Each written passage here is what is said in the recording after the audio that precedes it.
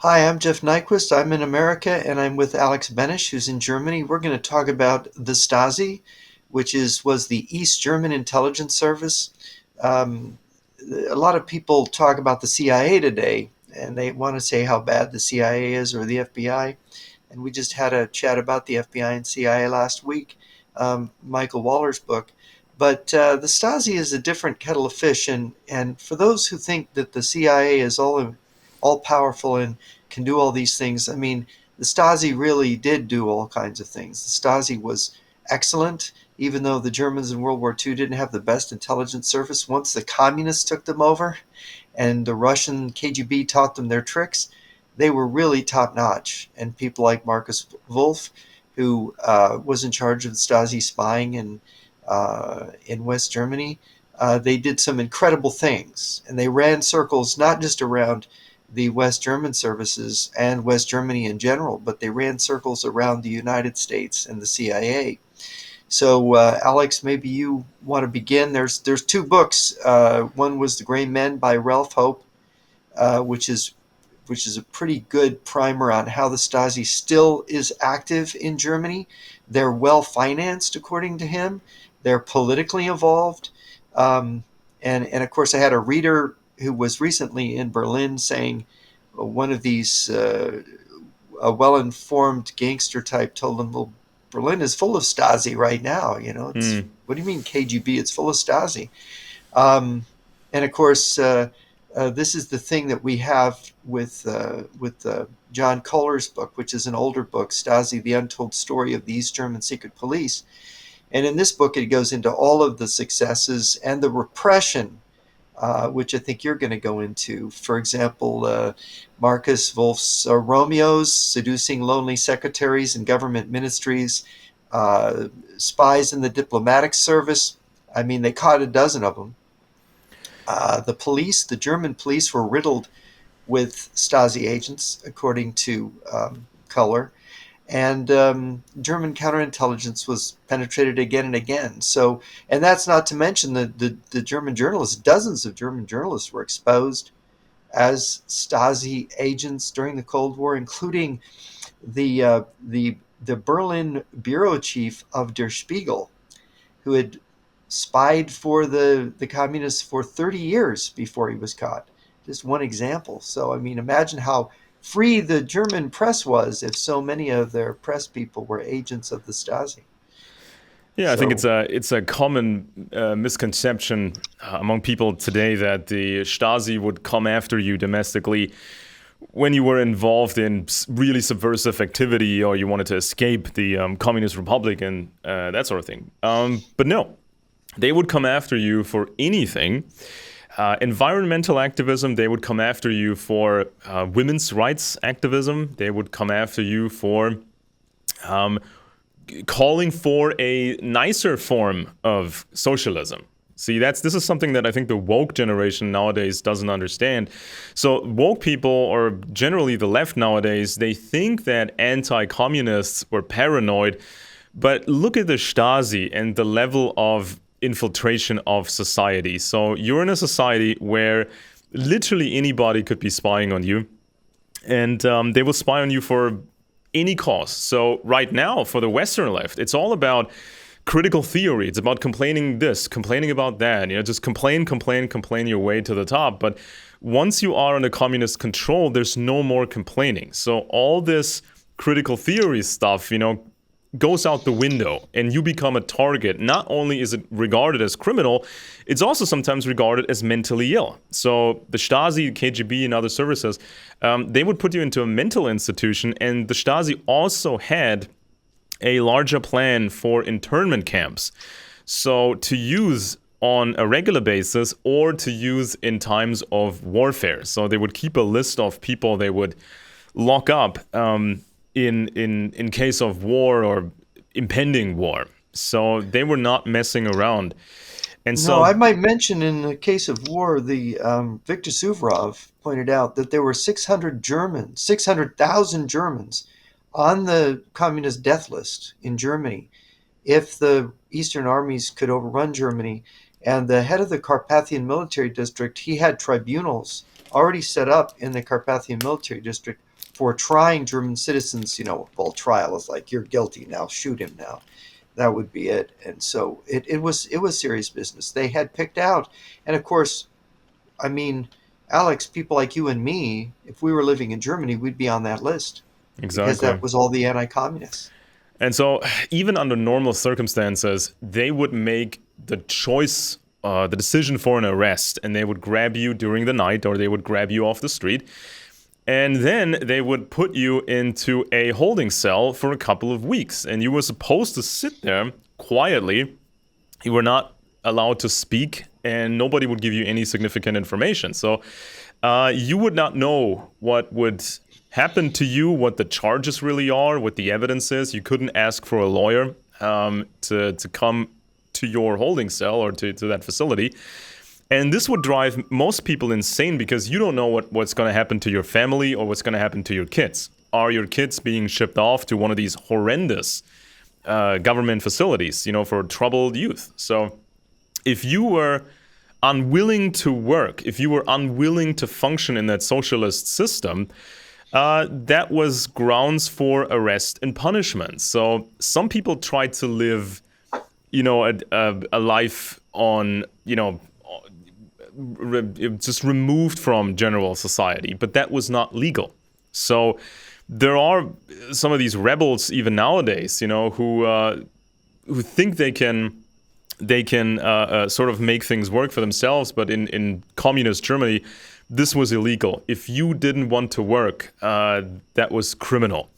So after a few weeks of isolation where you go insane, they would start the interrogation process, and they expected you to sign the confession. They expected you to incriminate other people who may also get arrested. And sometimes the punishment was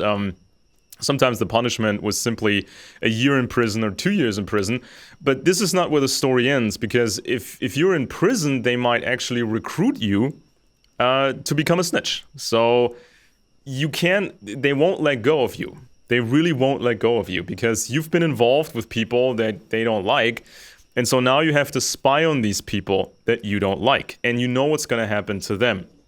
So this is kind of the reality inside Eastern Germany. And the foreign service, the foreign department of the Stasi, they did everything you could think of. I mean, they had such a broad array of operations, and this model, of course, persists to this very day. These methods are also used in the United States. So I mentioned this former star journalist, Hubert Seipel. Now, he was the first one, coincidentally or not, he was the first one to get a television interview with Edward Snowden. And he got really close to Vladimir Putin, who was KGB but was working alongside the Stasi in German city of Dresden. And so this journalist was able to go hunting with Putin and ride in his limousine, and they talked, and they made this television piece. This was from 2012, I guess, and this was kind of the most ridiculous propaganda you could think of, paid for by the government, by the German government. And so they put out this TV report, and a few months ago, we learned that Mr. Hubert Seipel, the former star journalist, he took 600,000 euros from Russians for a single book project.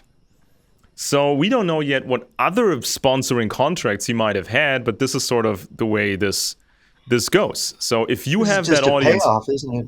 If you have that audience, if you have that pull, if you can turn people against America, against the United States, apparently you get paid very, very well. And so to this day, we do not know the full extent of the Stasi infiltration of Western journalism. So I think we have confirmed about 20 moles, Stasi moles in Western media. This was an NDR journalist and speaker for the Social Democratic Party. When was this? This was the Cold War. I don't have a date here, but the NDR, this is the Northern Broadcasting area, the government broadcasting outfit. So then we have an editor of the Deutschlandfunk, and we have the leader of the West Berlin press conference. So this was kind of an institution. Then they infiltrated journalist school. So this was also something that the Stasi was really good at. They would get their assets into one of these very few universities that churn out the next generation of journalists. So they had one in Cologne, and Cologne is one of the biggest media centers in all of Germany. And the leader of the Cologne journalist school gave to the Stasi 30 names of potential candidates to recruit. So they infiltrated all kinds of spheres of journalism, and the same stuff you expected from the Soviets in the United States. So we're talking the largest newspapers, we're talking the largest television stations. So this was not small stuff. This was an invasion, basically. They would go really big. And so then we got this newspaper, a left-wing newspaper. It was called Konkret. That just means concrete. And this Western German newspaper was financed from the East, and they received tens of thousands of Deutschmark per issue. And so one of the journalists that worked there was Ulrike Meinhof, who was tied to this whole terrorist complex, the RAF. Meinhof gang. The far-reaching terrorist network, which was tied to a larger Soviet terrorist strategy. And they also, for the most part, they trained communist terrorists, but they also trained Islamist terrorists. And they also did some work with right-wing terrorists. That's what they did. Yeah, that's an interesting thing that they also work with right wing, because this is what we're seeing more of nowadays, is that the communist services will work with people on the far right. Exactly. And so this was they were always going for the big names, the big newspapers, and they did the same thing with Western pop culture. So people nowadays, they realize that pop culture has become really woke, as they say nowadays, the music, and now we see, Taylor Swift advertising for Joe Biden and the Democrats. And the right wing, they look at this stuff, and depending on what they've looked up on the internet, they may believe that the strategy goes back to the elders of Zion, or it goes back to what they call the globalists. But this was a very large program from the Stasi and the KGB and so on and so forth. So I mentioned this once before. In the 1990s, so this is just after the wall came down, you had the American music labels who were very powerful in Germany. So you had the MTV music station, the television station, that would run all these music videos. And American music was so strong in the 90s, if people remember that. So this made the left very nervous. So the Social Democrats, they had their own agenda. They wanted to have a competing music television station, and they called it Viva. And so that's when all these weirdos got involved to create this new scene of music in Germany, the unified Germany, and just have it be as woke as possible, multicultural, just as left as possible, to get new voters, because they thought in a few years we get 1 million new voters, or we get 2 million new voters, because these kids, they turn 18. And yeah, they're aiming at young people. Future voters. Yeah. And so, the Americans, they gave us Nirvana, Metallica, Madonna, REM, Dr. Dre, and all this stuff, and some of this music was very, very American, and it was very capitalist. So rappers would flaunt wealth. They would tell their audience that they were involved in serious business. They were having clothing lines. They were selling specific brands. So they were in business. So this is not what the left wanted. They did not want they did not want this kind of an American music in Germany at all. So they started this initiative, and all these people involved, they had these strange connections. And so, for example, you had Dieter Gorni from the Social Democratic Party, and he's very, very left wing, and he's tied into the highest levels of the Social Democrats. And so he was chosen to run this music station, turn people against America. And the highest levels of the Social Democrats, they were running this initiative as far as we can reconstruct that. So there was the Russian honorary consul, as they call it, Heino Wiese. He was involved, apparently. And yeah, he's kind of a dangerous person. Yeah, Steinmeier was in it, and all these people were in it. So they also recruited this young band called Rammstein, which became world famous. And all these Rammstein musicians, these rock musicians, they were basically doing music illegally in communist Germany. So they had sort of a job, but they made music, and they tried to make some money with the music. And the Stasi had completely infiltrated the band and the people surrounding the band. And one of these guys even had a child with a Stasi informant. So at any moment, the Stasi could have decided to arrest these kids and toss them into prison. But they sort of had this idea, maybe we can cultivate the punk rock genre, because at the time, Rammstein, or these guys were doing punk rock. Maybe we can use this to network with the Western punk rock scene. And this is apparently what happened. So you got this communist label boss. The label was called Motor Music, and the man was named Tim Renner.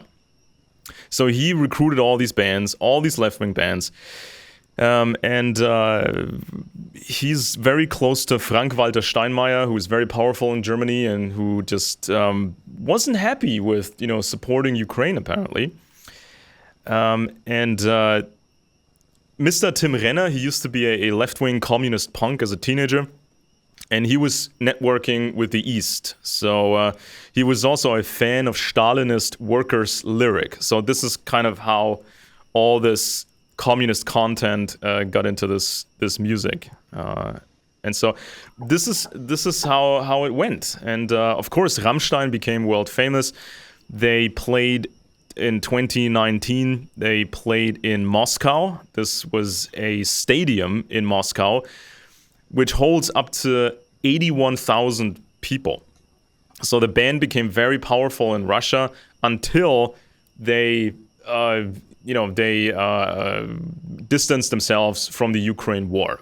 And then, of course, these scandals happened with the band leader and the young women at these concerts. So this may have been a revenge by these old Stasi or these newer Stasi networks, because as long as you play nice with the Russians, you become super famous. First in Germany, in the United States, and Russia, you become super famous. But the moment you mess with your so-called friends, this is when it gets really dangerous. So this is how they give you maybe a warning in private, and then if you don't heed the warning, they come down on you. Yeah, and so there was the keyboarder of the group. He said that he's not mad at these Stasi informants back in the old days because they let us play music. It's okay, it's fine. But they were ready to arrest them. This is what he really doesn't get. He could have ended up in prison.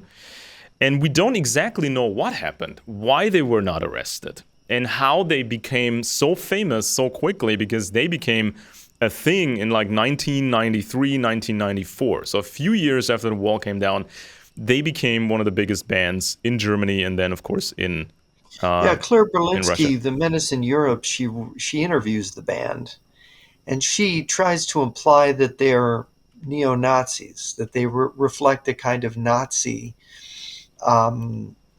feeling in Germany. And so what would you say to that? Is that a major misunderstanding on the part of Berlinski?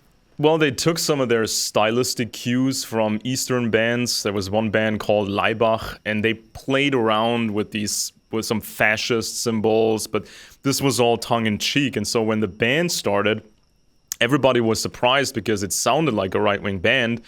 But these band members later said that the stylistic choice was simply to get attention, because they figured if we did this old punk music we did in the old days, we wouldn't get any big traction. So that this is why they picked it, to get this attention. So it And was the shock value. exactly. And the singer gave an interview to Kerrang magazine, and he was in Russia at the time when this interview happened. And he admitted that his mother was a member of the Communist Party. So he's probably talking about the SED, the East German Communist Party. And his mother actually continued to work after the wall came down, continued to work for German government media. So from 1992 till 2002, she worked at the NDR as head of the culture department with this television radio station. So this was government media. Why would they hire her? I mean, we heard a few minutes ago, I mentioned that the NDR was heavily infiltrated. Mm-hmm. And so they have Yeah. their people everywhere, and they can say, well, we're going to churn out our new assets in journalism. We can churn out our assets in pop culture. And we'll just infiltrate everything. We'll just infiltrate the labels. We'll infiltrate the stations. So this is Well, how you they know, play. I should mention this. I read the memoirs of German soldiers, and there was a memoir of the German soldier now who was the major who commanded, who was in charge of coordinating the operations in the Battle of Berlin for Ninth Army. And of course, that was at the very end of the war. And he was taken prisoner in the Soviet Union. So a good part of his memoir is about being a prisoner. And of course, I don't know maybe you know the numbers. It had to be more than 1 million German soldiers were taken as prisoners into the former Soviet Union. But he ended up in a special camp. And it's very important for people to understand the context for what happened in Germany, because you had any soldier that was captured in the war by the Russians that had a connection to somebody of cultural importance or political importance or media importance were put into this special camp where they didn't have to do labor. They were just indoctrinated. They were made to read communist newspapers. They were forced to talk about their thoughts and about their relatives or friends who they knew who were influential in Germany. And the whole idea was, if you don't want to go to forced labor somewhere, work in a mine, maybe be worked to death, you wanted to sign up to be a spy, to work for Yeah. the Soviet Union, and to go back and influence that important relative or friend, associate that you had grown up with, whoever it was. And then they would send these guys home. They'd sign a contract. The whole idea was to get them to sign a contract to go home. And of course, this guy ends up going home, but he doesn't talk about what kind of contract he signed, of course. Um, but in order to go home, you had to sign this contract. So they had then thousands and thousands of POWs who had been flipped as spies. They had the communist and far left networks that they'd had even before the war. And then, of course, they had East Germany where they could cultivate and use the Stasi organization to create what was, in essence, an invasion of West Germany. Clear to the point to where when the New York Times in the fall of 1990 had a piece, and this is when some of these Stasi people were flipping and they were capturing files um, in East Germany. The headline was that there were 100,000 Oh Stasi boy. agents in West Germany in 1990. I mean, that's an invasion, and they didn't just go for anybody. They were focused on getting into the government, the media, the big companies, anything that was influential. That's where they were focused on. And of course, like I said, they Marcus Wolf, he would go for these attractive German men. Okay, he's good looking, let's use him. And they were to romance secretaries Of in important people. important jobs. Yeah, Yeah. and there's famous stories about the ones. About 50 were actually caught, but there had to be hundreds that were not caught, and they So, were, you know, yeah. So people 30 have something lonely women. You know. so over the last couple of years, people heard about the sleeper agents, right? So this is when the Soviets would recruit people, train them, move them to East Germany, then move them to West Germany, then move them to Canada, and then move them into the United States. So this was supposed to be a multi-generational plan. So so you had like a fake couple of two intelligence assets in the United States, and they would have children, and they were expected to recruit their own children into the service. Now, what's another way of playing this? Because if you send like these sleeper agents, or you send some Russian guy who looks Russian, send him to America as a diplomat, it's more difficult for him. But what happens if you have all these German assets and you can send these German assets to America, where they may already have relatives? And so this was, of course, an entryway into the United States by having all these German-speaking guys and very German-looking guys. So this is something that also has not been fully researched yet. You know, just the amount of infiltration that went further, you know, into America. And so the other thing that the Stasi was heavily involved in was terrorism. So imagine the following scenario in America. Some important politician, like on a state level or federal national level, some important politician gets abducted, just grabbed off the street, tossed into a trunk or a van, and then these terrorists would spread videos of this man confessing to crimes, confessing to whatever, and these terrorists would make demands or execute the guy, just like Al-Qaeda would do it. So, and this happens again and again and again. Another person gets grabbed, another person gets grabbed, or they just shoot somebody on the street because they have this system where they where they disable the first vehicle and the last vehicle in a convoy. They would jump out of the bushes and then fire upon the vehicle. And usually they would know where the weak points are, you know, when this target person is particularly vulnerable.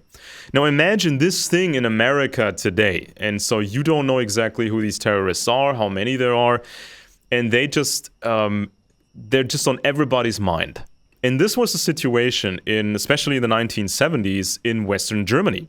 So Western German services, they had to come up with new methods of trying to find these people, because they were pretty successful in destabilizing the Western German society. And because of all this additional propaganda, the RAF terror organization, they had a couple of millions of sympathizers in Western Germany. So imagine the situation in America when you have these terrorists, abducting people, and there's millions and millions of people in the United States who glorify this or just voice their support for this program. And we got that right now with all the people cheering on Hamas. Yeah, and in so the US. there was an interesting book in 2012 by Regine Igel. It was called Terrorism Lies, and she finally did something that most historians in Germany stayed away from. She looked at all kinds of available Stasi files to piece together how big the support was of the Stasi for these terrorists. And it was utterly massive. So they would get these people, recruit people, send them off on a vacation, and then in the vacation country, they would move them somewhere else, train them in not just terrorism, not just hijacking airliners. This is also something that they would do. They hijack, let's say, an American airliner. Nowadays, they would hijack an American airliner, hold these people hostage in the plane, and demand the release of prisoners, what they call political prisoners, right? And so this was a massive, massive undertaking, and nobody could really know where they would strike where they would strike Well, next. the East Germans were involved in training the terrorists or the Islamists who assaulted or took the Grand Mosque in 1979. People forget that in 1979 there wasn't just a revolution in Iran that overthrew the Shah, but there was also an attempted revolution in Saudi Arabia. And the Arab terrorists that were involved in that event at the Grand Mosque in Saudi Arabia were trained in Libya by Cuban and East German trainers.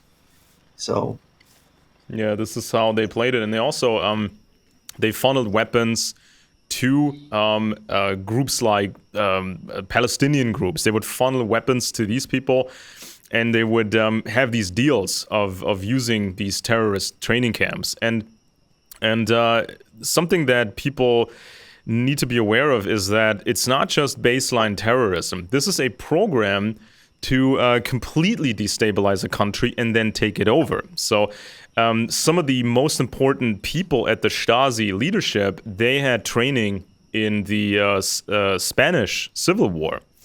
And so they were running some serious operations. They were trained in taking a country over, and then ran the security service. So this is not just a pinprick strategy. They can scale this up fairly well. Now imagine if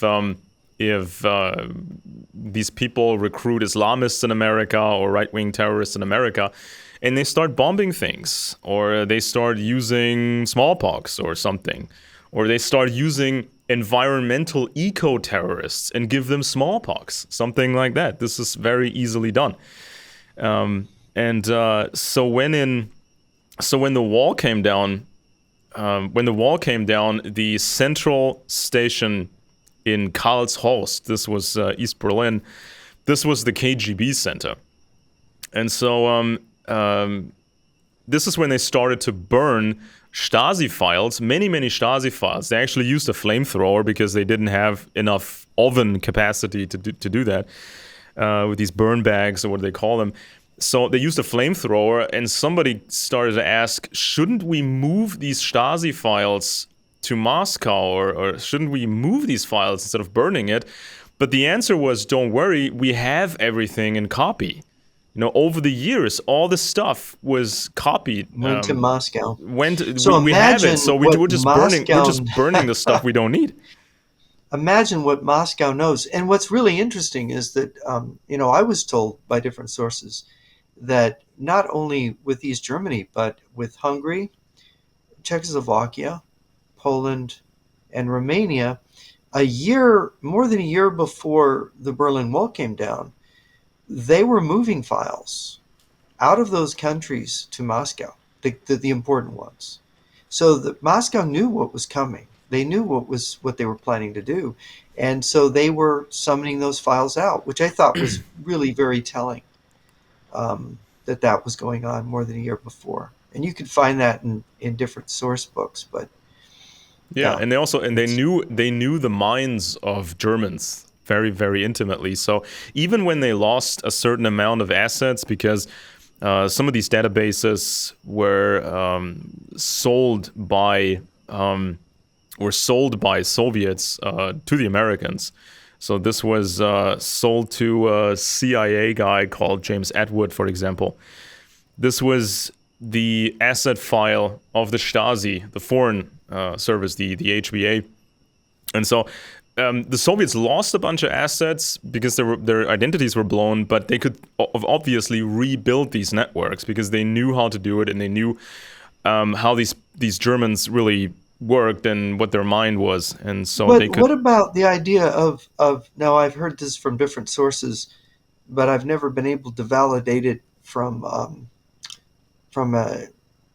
the point of view of actually proving it, but that there were pedophile networks were being set up in Eastern Europe and in Germany to try to recruit Westerners on the basis of sexual perversion. Have you heard anything like that? There was a scandal, we call it the Saxony Swamp scandal. That's the direct translation. And yeah, we know there's some confirmed stuff when Vladimir Putin was running assets at the time. You know, he worked for the KGB, but he was working alongside the Stasi in Dresden. And so there was some confirmed Western assets, even neo-Nazi assets, who were pedophiles. And some observers have noted that the German, nowadays, the German extreme right wing, has a massive problem with pedophilia. So we pieced together quite a few of these little bits, but of course we do not have the full picture. Now we know that this came out, I think, 10 years ago or something. We know that when the wall came down, there was a massive new production of underage pornography in these former communist states. So this is when these new movies were being sold internationally, and these movies were shot in former Soviet countries. And so you had better cameras, better lighting, better editing. This was a new generation of underage pornography. And about what year did this start appearing? This was in the 90s. And then we had this, and this is tied to a pretty infamous case. Some of these filmmakers from former Eastern Bloc, they sold their material, sold their films to I think it was a Canadian or an American company, and this was sort of a softcore material, and they were selling this in Canada, in the United States, because at the time they believed it was covered under the First Amendment because it was softcore. They also sold this from Canada and the United States. They sold this back to Europe, and this is when a very high-ranking social democrat in Germany got caught with it, basically. So he was an up-and-coming politician. He could have become chancellor. He could have become anything. And his name was Edati, Mr. Edati. And so he bought this stuff from overseas, as far as I can remember, with his own credit card, because he was being stupid. Because he thought this was legal material, so nobody's going to come after him. And then I think the United States Supreme Court made a decision, declared this material to be illegal. The company got raided, and so the investigators got hold of the customer file. And so this started this big international investigation, and one of the people that got into trouble was this powerful German politician, the social democrat. And so the wheels started turning, and when his home was raided and his offices were raided, the investigators found that some devices are apparently missing. So they saw like the outline of a computer, but it's just the outline in dust, so the computer was gone. He claimed his government-issued laptop was lost or stolen. And some of these investigators, they traced back his online his online history, and there was a suspicion that he was accessing other stuff. But he got off easy, and he was never heard from again. But he may have become very, very powerful in German politics. And there was one guy, I think he was an American, but I don't remember his name. I can pull it up. There was an American who was also a customer of these movies. He was raided, and he tried to toss one of his hard drives out of his window to make it disappear, but he was caught, and I think he committed suicide. I just have to pull that up. But this is this was the new generation of underage pornography, and this was all produced or hosted on servers, or produced and hosted on former Soviet territory. So this was that is very interesting. Now you may know. Remember, in June of 2006. There was this famous video that kind of went viral, and you can see it on YouTube today. They still have it. It's Putin is walking, I think it's in Moscow or St. Petersburg. He's walking through a crowd, and there's this little boy, he's maybe 4 years old, and Putin walks up to the boy, pulls up the boy's shirt, and kisses him on the belly. And then stands up, pats him on the head, and moves on. And was asked about it later and said, well, the boy was irresistible. And Really? yeah, and this triggered an essay, an actual article By by the Litvinenko. FSB defector, yeah, Alexander Litvinenko. And this was a very curious thing because some of them, at least one of the former KGB guys that I know, thought that this is the reason that Litvinenko was killed, was assassinated with polonium, famously later in 2006, and he was given a fatal dose. I think it was November 1st. He was right after the assassination of Anna Politkovskaya. Litvinenko, they put it in his tea in a London hotel, right? But anyway, Litvinenko. Now you can't find this article online anywhere about Putin that Litvinenko wrote. I can't find it. Maybe you can, but I did read it at the time. And what Litvinenko claimed that this colonel, who was his mentor in the KGB FSB, when Putin was, I think in '96, he became head of the FSB. And this guy's comment to Litvinenko was, well, now the homosexuals and the perverts are taking over Mm-hmm. the FSB. And this, of course, this colonel was gunned down. I think he was shot dead on his porch like 2 years later after that. But he had basically told Litvinenko that Putin was originally going to be in the first chief directorate. He's going to be a KGB foreign spy, what they called then the PGU. He was going to be working in West Germany, but they discovered this, that he was bisexual and he had these other proclivities, right? According to Litvinenko. Now this is I what remember this Litvinenko, article. right? And of course, um, the idea was that then Putin was trained to work in East Germany and sent there to work on this perversion. One of the things he did was to work on these networks involving perversion. So it's interesting that if there was a connection to a pedophilia scandal in Germany, connected back to Dresden, where Putin worked out of, is there such a connection? Well, I mean, for decades, left-wing circles supported by the Stasi and also by the KGB, left-wing circles had promoted this idea in Western Germany of decriminalizing sex with minors. So this was a large push, and they had a pseudoscientific argument for it. They would compare two extremes. They would say, well, back in the old days, sexuality was so restrictive in the West, and this brought forth the authoritarian personality, which the communists tried to get rid of.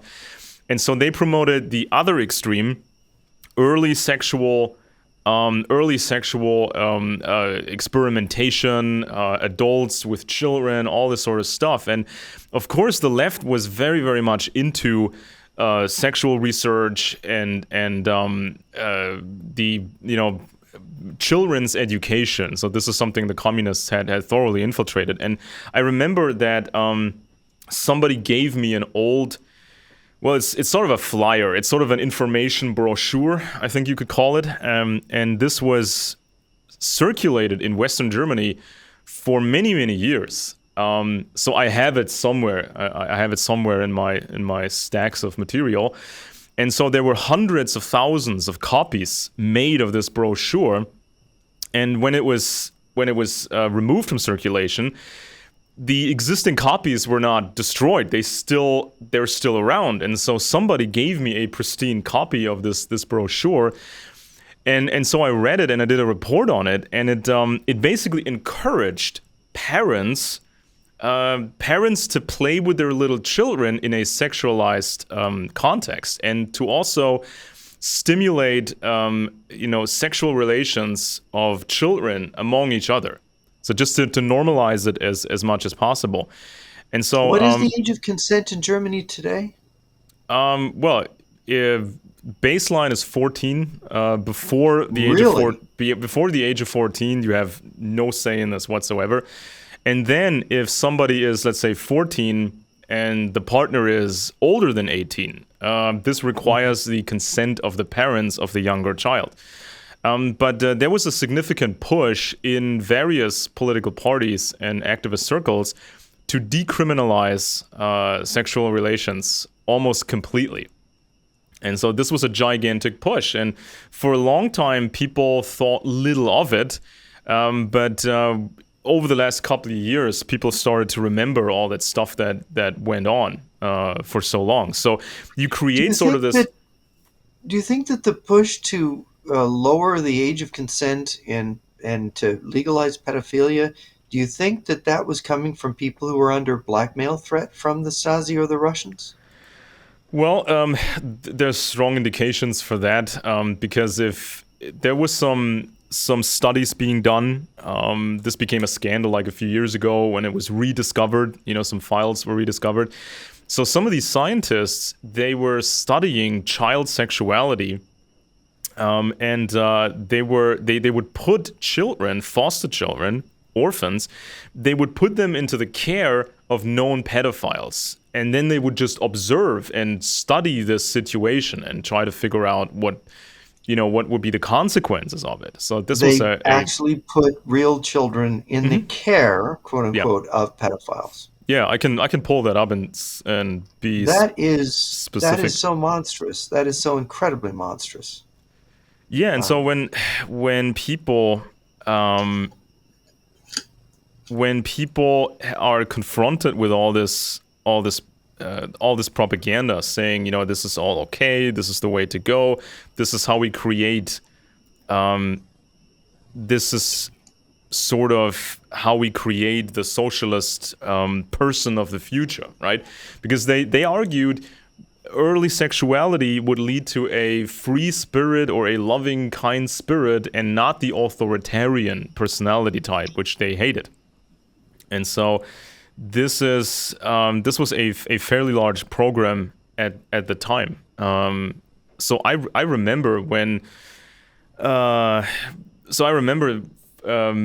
many years ago when I was a kid, my parents would subscribe to these mainline political magazines, right? And they would get sort of a conservative magazine, they would get a left-wing magazine for whatever reason. And so we had stacks of these issues lying around.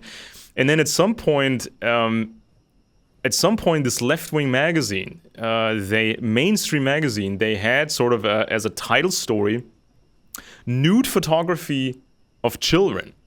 So they chose to have a leading story in this publication that was just about nude photography of children. What age children? Like 5 to 13. What? Maybe? Yeah, I mean, of course, this may come as a surprise to Americans, but in Germany you would have, let's say, commercials with naked women for a long time, and so they tried to push these boundaries. Okay, so they were pushing these boundaries, so people thought it's completely normal to see naked people in daytime television. But then, of course, they started to introduce this idea of, let's just embrace the beauty of naked children in a mainstream magazine. Okay, so this was a larger program, and every center of this initiative was working like a magnet. So people would flock to these centers of activism, people who were likely pedophile, and they would start to get involved. And what do you suppose? Is there any study showing that this increases pedophilia, that this increases crimes against children, or do they not even enforce sexual crimes against children in Germany? Well, there was it never got off the ground to decriminalize sex among children, sex with children, adults with children. But at the same time, you saw this underground all over Europe. So, for example, in Portugal, there was a big scandal a couple of years ago in Portugal. And Portugal is a very left-wing country. For many years, a super left-wing party ran this country. And I think up until the 90s, right into the 1990s, I think that having sex with a child was not even considered an actual real crime. It was more like a misdemeanor type thing.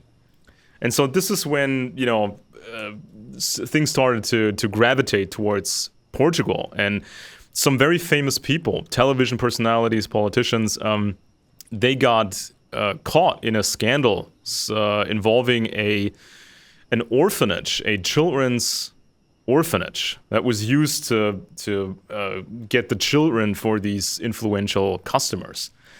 Then you had the underground pornography in Holland, the Netherlands, Belgium. This was always a gigantic problem. So if you were a German, you could just cross the border into, the Netherlands and try to buy material that was illegal in Germany.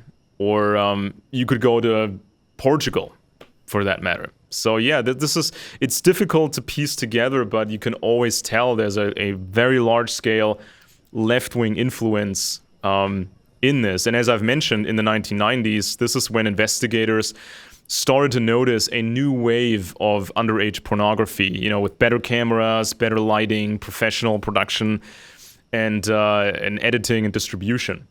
So this was a larger program, apparently. So there was a attempt by the communists to use pedophilia. And has anybody in the Stasi stepped forward to talk about this at all? Any former Stasi people? Here and there. I mean, if you go through the literature, you find some details about some operations, but I don't think that anybody who worked at the Stasi really was a regular foreign asset or something, or an analyst. I don't think anybody in the regular levels of the Stasi had an idea of how big this program was, and to this day, we do not know how big this program really was, because it was done by. Yeah, go ahead. Yeah, well, it was done for a long time. It was done with videotapes. It was done with magazines, high gloss magazines and all that sort of stuff. And then came the internet. This was in the late 90s. This is when the internet happened. And so a lot of people were not careful in the early internet, and they were just accessing all kinds of stuff. And there was a lot of hosting of that kind of material on servers in former Soviet countries. So they would get these. They would know who accessed this material, and then came the forums. This is kind of the current generation of distribution. So people would access these encrypted forums and share material. And this is also where. So this is a big intelligence gathering operation, basically. And if there are elements in the intelligence services in the former East Bloc countries, they could be running this with the Russians. They could be gathering intelligence on Americans. They could be getting blackmail on businessmen, teachers, media figures, anybody who actually goes for this sort of thing, right? Exactly. So What an easy way to get blackmail on people, by the way. Exactly, because if you were caught, let's say in the 1970s, if you were a regular guy or you were caught with some magazine or whatever, this was not a big deal.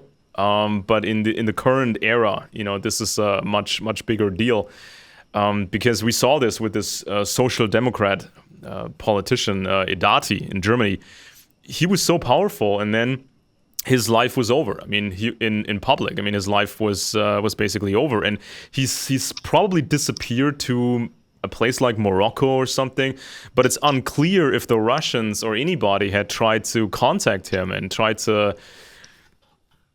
maybe gain access to more information, because he was not happy. He was not happy with the outcome. He actually tried to defend himself in the media, and he said that he was just interested in the art of naked boys. He was apparently into boys.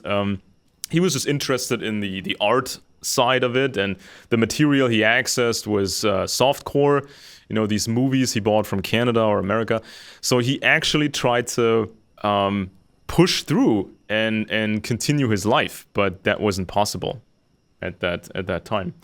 So Well, his I party should dropped him. remind, His party dropped him, yeah. but if he's bitter now, the Russians may start to talk to him. Well, I should remind the listeners of Dennis Hastert, who was the Speaker of the House of Representatives, a Republican from Illinois, who was indicted on federal charges of not only evading bank reporting requirements, but he was sentenced on he pleaded guilty to sexual misconduct and paying hush money to people, and apparently it was sexual abuse of teenage boys. He was sentenced to, I think, 15 months in prison for the financial offenses related to the sexual abuse of teenage boys. And that was the Speaker of the House of Representatives in the U.S., Yeah. um, which Um, is shocking, right? I mean, yeah, I just pulled up the old report I did at the time. So the company was called Azov Films, like the Azov Battalion. It was called Azov Films, and this was kind of an online store that was selling DVDs of naked children from the former Soviet Eastern Bloc, naked children just playing. And so they were constantly making new movies, selling them all over the world. And so they were sold from Canada, but they were shot in, these movies were produced in Crimea, Russia, and Romania. So the Azov chief was called Brian Way, and they called this the Amazon of nude videos of kids, and so at the time, people noticed some signs that there was a hardcore material also being produced by the same people, produced in Eastern Europe. And this special stuff was sold to rich VIP customers. So there was a man called Igor R. They don't give you the full name. And Igor was targeted by investigations. He studied, of course, he studied, he was in the Soviet military. So he was more high ranking in the Soviet military, probably a spy. And there were some Ukrainian politicians who were involved in this at we'll call the Black Sea. So if you were a fan of the movies, apparently you could get into contact with the people who produced the movies, and then you can make some sort of an arrangement if you had enough money. So this was that background, and then. Here, a man called Ryan Loskarn. Ryan Loskarn, who was chief of staff of U.S. Senator Lamar Alexander, committed suicide because investigators found hardcore material on his computer. And the investigators found him because of these softcore Azov films. So apparently he wanted to get everything. He wanted to get the hardcore stuff. He wanted to get the Azov stuff. But they caught him because of the Azov movies. And so investigators, they rammed down his door in Washington, D.C. And according to investigators, Loskarn tried to hide a hard drive, a hard disk drive, on his roof. But they found that. And Bruce Downsborough, former CEO of the University of Tennessee Foundation, pled guilty in 2013 to have bought Azov films. And there was a George Downsborough Sr. He was involved with HRB singer Raytheon, which sold technology to the NSA. So imagine the potential for espionage with all of this. So you get this one guy, and then you get another guy, and this guy can, maybe bug some technology that goes straight to the NSA. It's just, this is just something that they perfected in Germany, and then they exported this to the United States. This was the background of that. And then we have Anthony Weiner, the famous case. He'd been a congressman, I think, for about 10 years. Democrat representing the Ninth District in New York, and he was caught passing, I think it was illicit material, pictures of himself to a minor over the internet, and he got 21 months in prison. And of course, he was married to Hillary Clinton's chief of staff, I think, and we're trying to remember her name. But this is all over the map in politics, and these are just the people we know about, right? Yeah. This is, and of course, you have the case of Scott Ritter, who was convicted of. Didn't he He just pop was up in North Korea or something? Or Russia or Well, someplace? he was in Chechnya. He was Yeah, saying how he Chechnya. was and he was saying "Go Hamas," I think. Yeah. But Ritter had been an arms control inspector, and he'd become a political voice in favor of Russia now. And of course, he had a conviction. He had attempted to, I think he exposed himself or something like that to a law enforcement officer that was posing as a 14-year-old online. Yeah. So, and apparently there'd been earlier incidences and they kind of let him go without really prosecuting him. So in this case, they prosecuted him.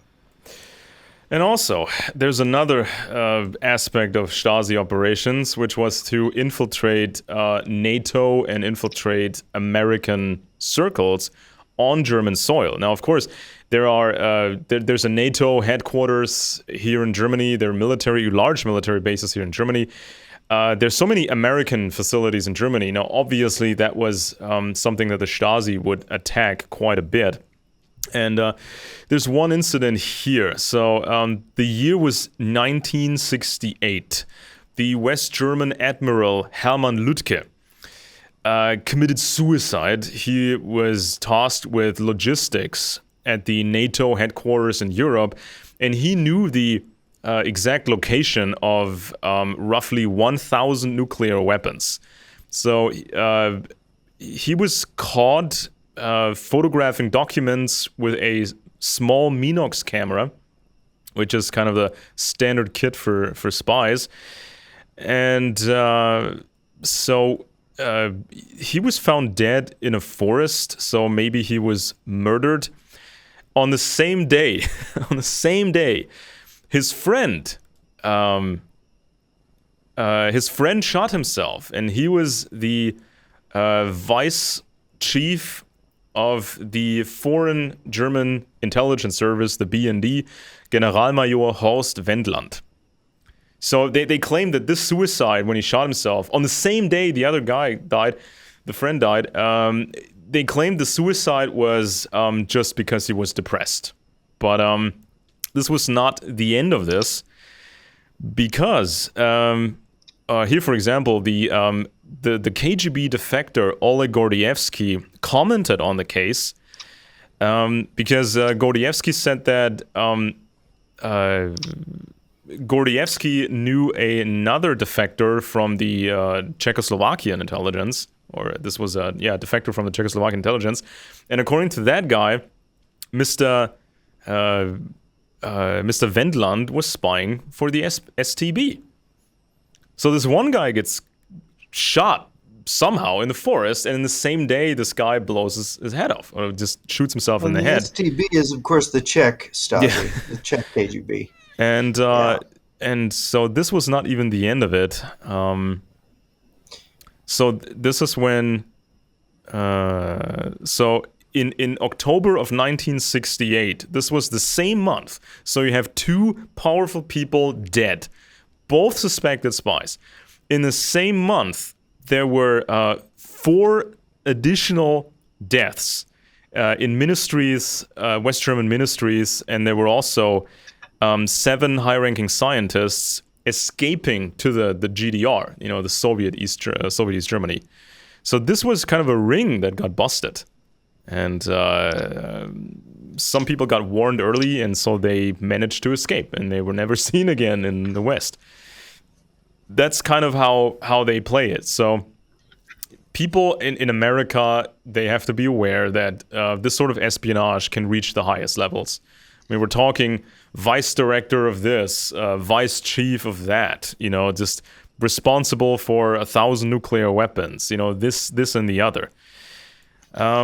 And so they tried to get these young men. The Stasi would try to recruit young men, send them to university, and help them gain entry into NATO, especially NATO headquarters in Brussels, to steal documents.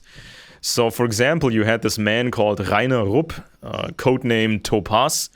He started to work at the NATO headquarters in Brussels, and he stole, among many other things, a paper called MC161, classified as cosmic top secret.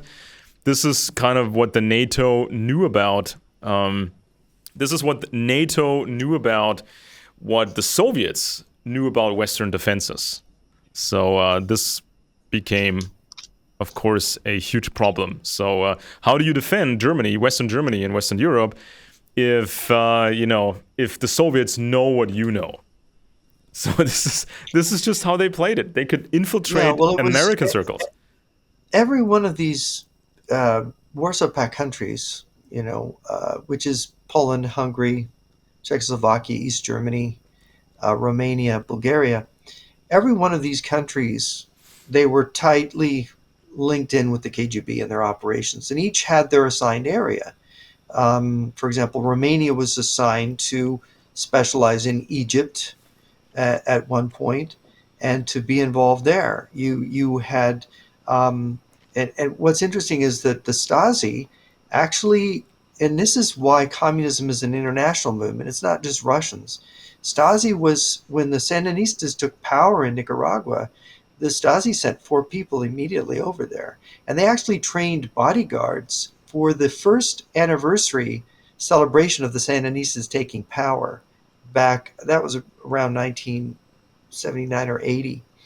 Um, and they and so they were Stasi bodyguards, Stasi, protection service, so to speak. So it was all in the family, and of course the Bulgarians were there also in helping the Nicaraguans and the Cubans, and of course it was an all in the family kind of thing. All of these, it was their international duty, so to speak. And in fact, the Stasi was involved in South Africa, helping the terrorist armed wing of the African National Congress back in the 1980s. So they were not just spying on America, not just flooding West Germany with agents, but they were contributing to the communist movement and terrorist organizations worldwide. Eventually, the Stasi even got very close to German Chancellor Helmut Kohl. If people remember, this was this obese guy, very tall, obese guy. He was known to be an anti-communist, but the Stasi found out about his special funds, his special money funds to further his career, and so Helmut Kohl, He had a political slush fund, in other words. yeah, I mean, of course, Helmut Kohl was working with people he trusted. This was Eberhard von Brauchitsch and Friedrich Flick. This was the younger Flick of the old Nazi corporation. Mm-hmm. And the American High Commissar John J. McCloy once pardoned the old Flick, and so they kind of thought this was a workable setup. But there was this one problem because one of these guys involved in this funny money business. One guy involved was named Hans Adolf Kanter. So he worked for the Stasi. He worked for the MFS, and they got all this material, and they decided to cut a deal. So this would have been a public mega scandal, but they just sort of had this deal. They would leave Helmut Kohl alone with this in public, but Soviet East Germany would get new bank loans, and they would get some other concessions. So this is also how they play it. I was going to ask you this. In Ralph Hope's book, The Gray Men, he talks about the Stasi clubs or groups that still exist that are working with the communists in Germany, with the far left in Germany to this day, and how they appear to be well financed and they appear to be very optimistic about their future prospects.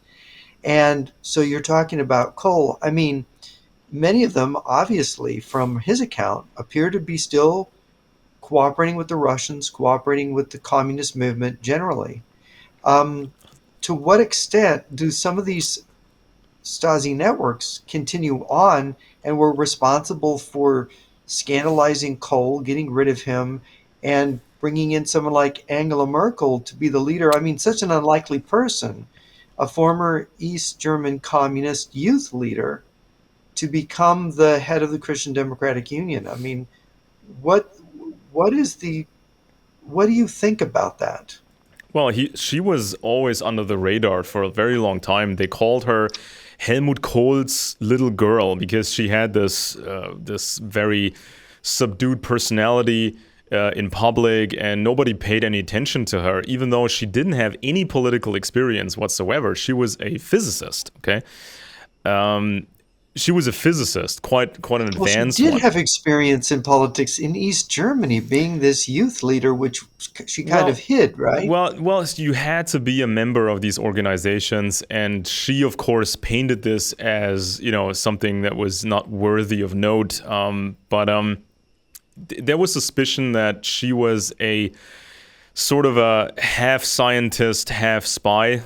This is one of the suspicions that came up because she knew from her advanced studies what kind of technology needed to be stolen from the West. So if you have just a regular trained foreign spy, he can make contact with target persons, scientists, but this agent would not understand the science at all. So you needed sort of a handler that was somewhat trained in espionage, but was also a scientist himself or herself. So this was So they something would that know what was important to steal and not to exactly. steal stuff that didn't matter. Exactly. So she could potentially say, well, we are behind in this field, or we have indications that Western institutes are working on this, that, or the other, so maybe we can steal that. So Well, she how was, did she get to be so close to Cole? I mean, well, how did that happen?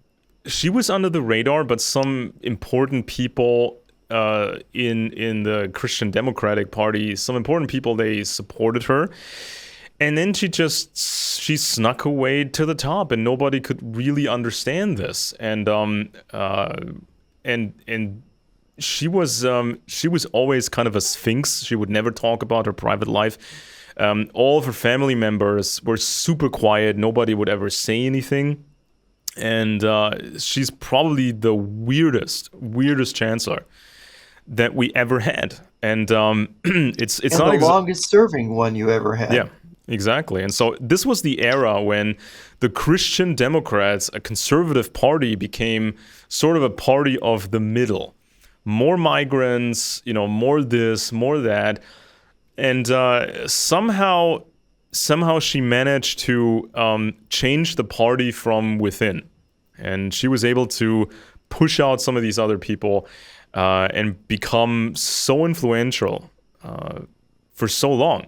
Even though she was not formally trained in diplomacy or just running anything, that's not science. I mean, this was just an incredible oddity when that happened. But this was going on everywhere. I mean, even the Green Party was for a long time very much infiltrated by the Stasi. For example, you had Mr. Dirk Schneider. He was at some point even speaker of the Greens in the parliament, and so he always tried to push the party to move closer to the GDR and the SED party over there. And he was involved in some radical left circles, even circles that would publish bomb-making manuals. So they would have these Antifa publications that would teach people how to make bombs. And so there were some arrests made at the time.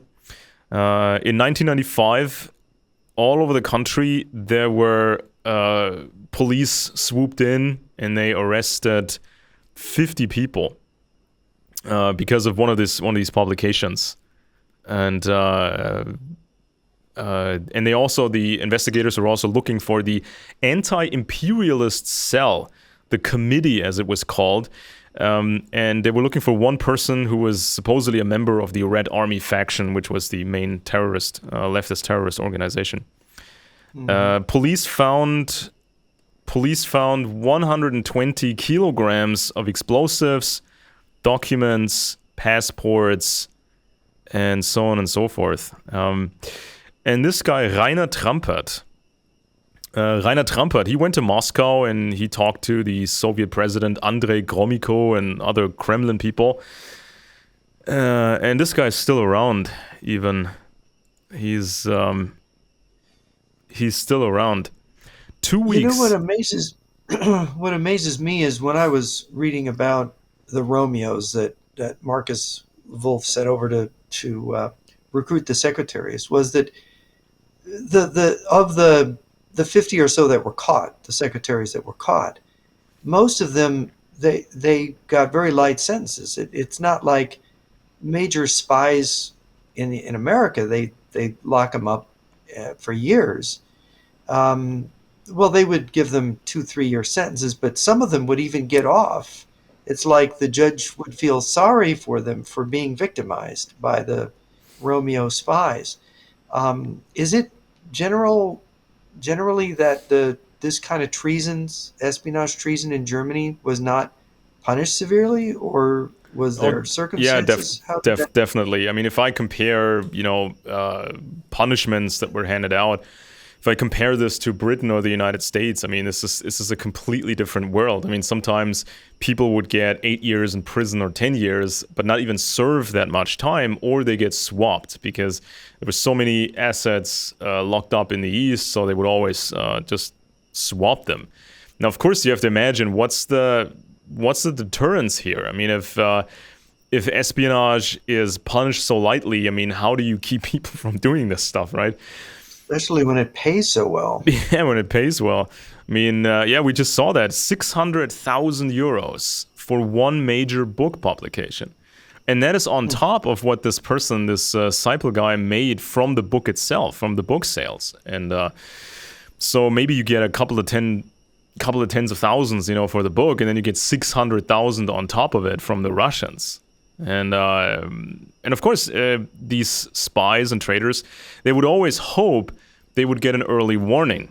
If Western authorities would inch closer to them and probably expose them. So sometimes these people actually escaped. They would go to the East and get all these rewards and the medals, and some of these people even became Stasi instructors. They were regarded as heroes. They would give these presentations in front of the new generation of Stasi agents, Stasi assets. So less than 2 weeks before the Chernobyl nuclear incident, 4 leading members of the Green Party, the German Green Party, went to Moscow, and so they were hosted like stars, and they were treated very, very well. So normally it was expected that these green politicians would have their press conference in the German embassy, but instead they picked the hotel of the Soviet Central Committee. So this is how they played it back then. These were the Greens who became pretty influential in the 1990s. This was alongside the Social Democrats.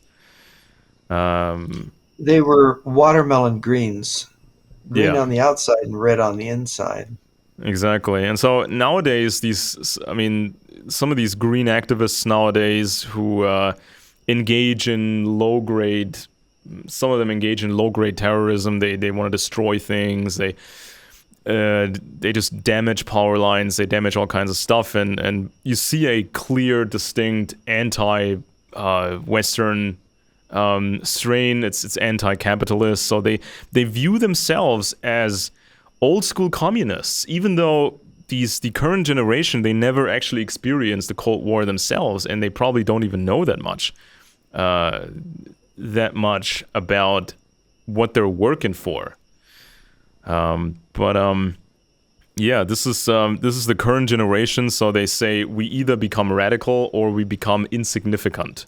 Irrelevancy or militancy. These are the two choices. And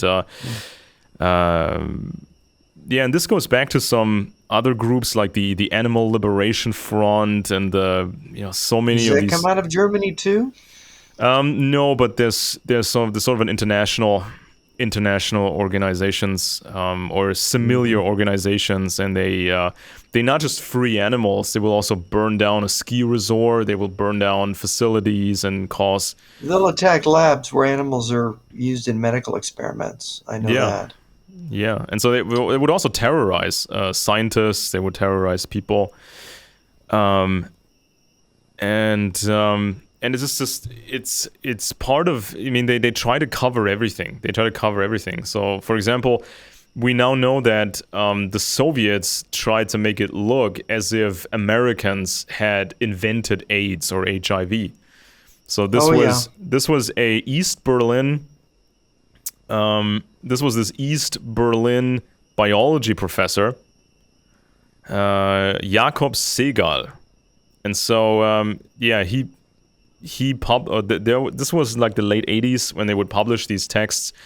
One of the articles was called AIDS Man-Made in USA. And so now we know a lot more about that operation. When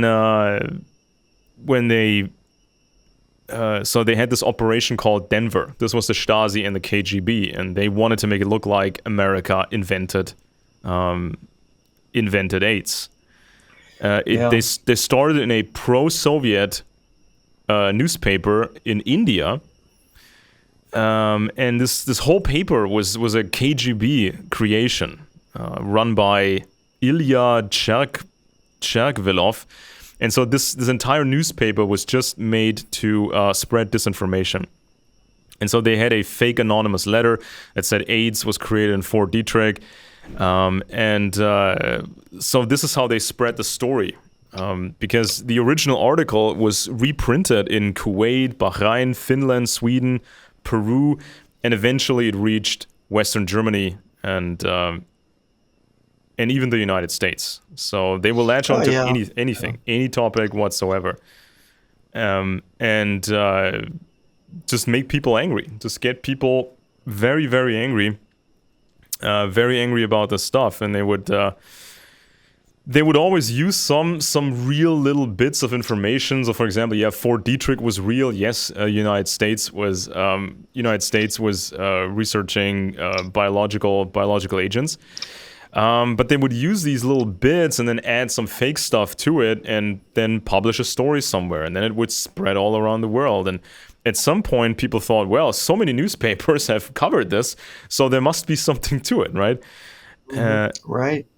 And it's the way they're trying to depict the outbreak of SARS-CoV-2 or COVID-19 in China, making it sound like it's some kind of an American intelligence op, And of course, China's propaganda trying to say that America had basically spread it, and this is a story. They don't push it that hard, but it's out there. You can find it. And you had a committee there in Berlin, headed by the guy that sued Volkswagen. I'm not remembering his name. He was licensed to practice law in California and in Germany. And there was an anti-NATO.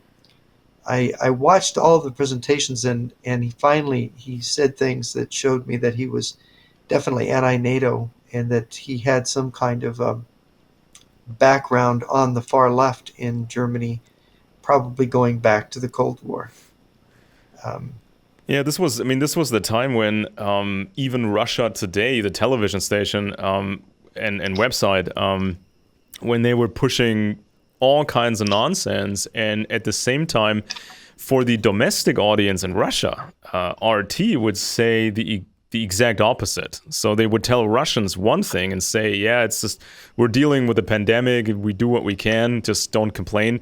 And activism is now illegal. But they would say something completely different for the Western audience. And they would say Reiner that, Fulmick, I think, is the guy's name. yeah, there He's were many of these characters that nobody really heard from before, and suddenly they yeah. became famous and created all this media attention for themselves and their cause. Yeah, this was all about, just that, as if the pandemic was fake. You don't need to do anything. And at the same time, you could wonder how the Russians were dealing with the pandemic, and they were using every standard baseline tool which they had available to them. And of course, the medical system in Russia got into huge trouble. We saw some of the footage on social media of these endless convoys of emergency vehicles waiting to gain access to a Russian hospital. So this was not a fun time to be a Russian, especially the older people, the alcoholics, and so on and so forth. This was not fun. But every time Russia would ease on the domestic policies regarding the pandemic, these propagandists in the West would say, "See, Russia is not really, responding to the pandemic because they know it's fake." And this kept going on back and forth. Then they would increase, the pandemic response. Then they would step off the gas. And yeah, that was that's something that I noticed. With the Operation Denver thing, with the AIDS, the AIDS disinformation. So you saw kind of a clear parallel. I mean, you could expect that in the future when there's, for example, a smallpox pandemic.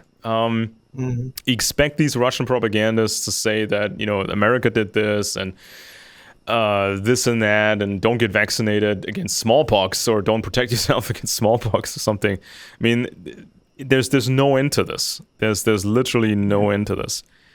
Well, I have to go since our time is up, and I want to thank you, Alex, for educating us on the Stasi, and I want to thank the listeners for being with us. I'm Jeff Nyquist. This has been Alex Benesch. I'm in America. He's in Germany. We were talking about the effectiveness of the Stasi, and let me tell you, they were very effective, and like the Russians. And the West German service, the CIA, the FBI, they could not deal with these people. I forgot to mention one thing, that during the Cold War, the United States, they tried to recruit, I don't know, 20, 30 spies in East Germany. They had about that many. And it turned out that every one of those spies were double agents. They were just feeding fake information to the CIA. So that is how I'll close things. And thank you very much for joining us.